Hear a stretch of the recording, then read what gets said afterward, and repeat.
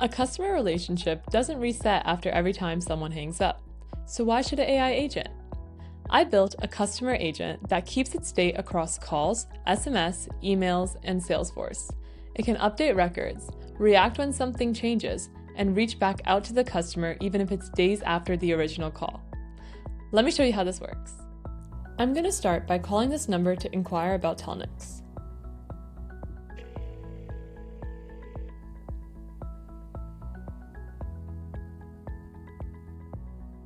Hi, thanks for calling Telnyx. We are an AI communications infrastructure platform with telephony, voice AI, and messaging. You can even build your own voice agents. What would you like to learn more about?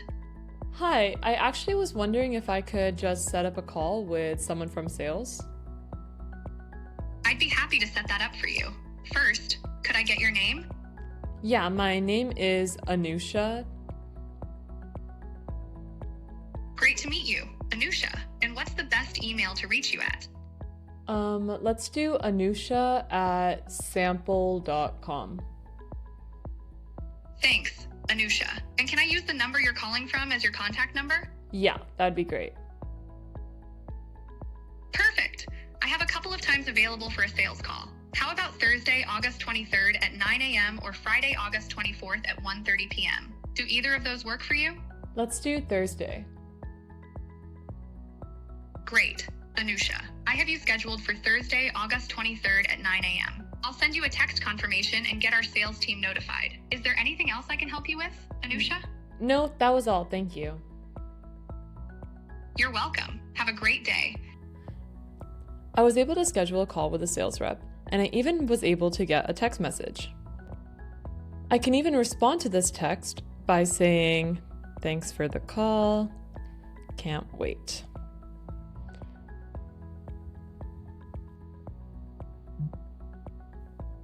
So from a customer point of view, this is a very simple user experience where I can just call a phone number and schedule a call, and then I am able to make any changes or get any other information just by texting it after.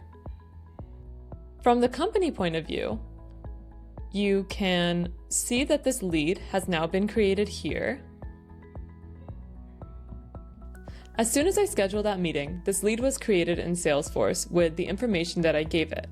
When we go inside there, you can see that the requested meeting time has been set and the customer context is now stored. Salesforce also assigns this SDR and stores the meeting status, so now the customer interaction is already connected to the sales workflow. From there, we can also see that the agent emailed Steve to make sure that the meeting time works for him. So now Steve can just reply yes for that meeting time working. And when we go back to Salesforce here, we can see that the meeting time has now been set as 9 a.m. on August 23rd. Now let's imagine a few days later, Steve wants to go directly into Salesforce and change that meeting time. We can go here and he, for example, schedules it on Friday and let's say for 10 a.m. So I can save that change, and now the customer side gets a little more interesting. As a customer, I just got notified that my sales meeting has been moved to Friday.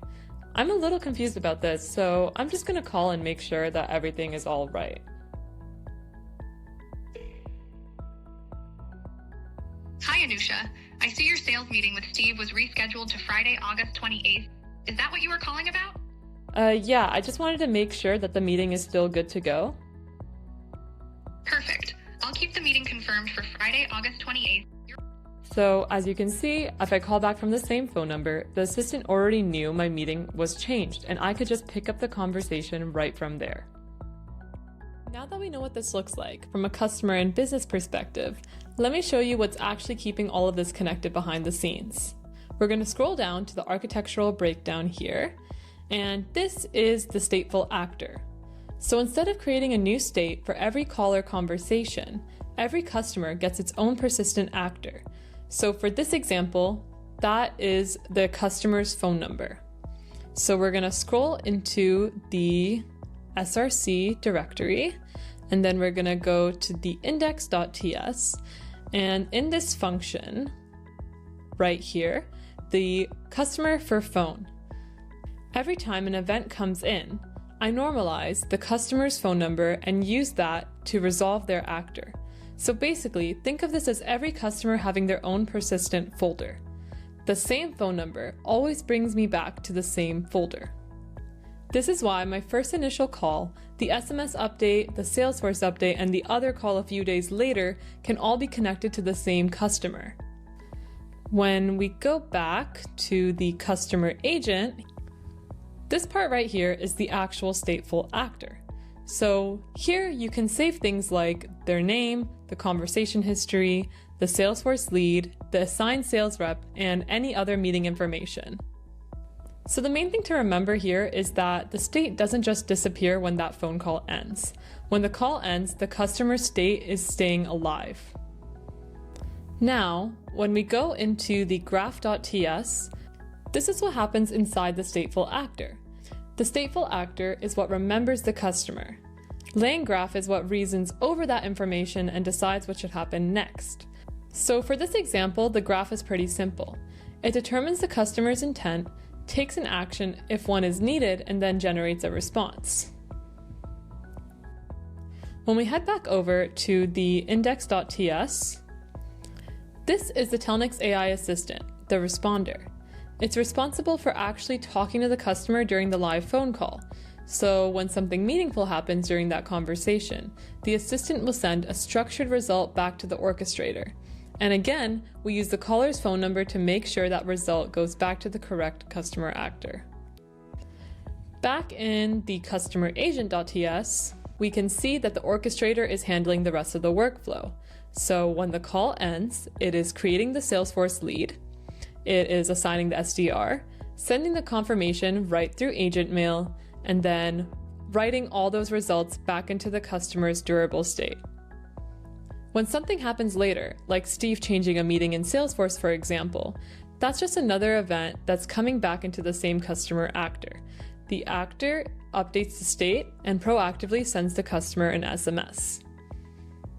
When we go back up to the get call context, this is where I called again, and my phone number resolves back to the same actor.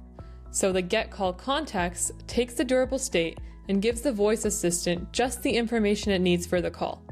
So it already knows who I am, who my sales rep is, and that my meeting was changed. And that's probably the reason why I'm calling. So this way, we can remember the old call by getting the latest state from the same customer actor. So heading back over to the architecture, I used the sales meeting for this demo, but the same pattern works for other long-running customer events too. For example, a shipment could be delayed, which could require the same actor to wake up and notify the customer. The stateful actor remembers the customer, LangGraph decides what to do, and the AI assistant is what handles the conversation. Calls, SMS, Salesforce, AgentMail, or just shipment updates are all just events connected to the same persistent customer state. The full code sample is here if you want to build on top of it and run it yourself. Thanks for watching.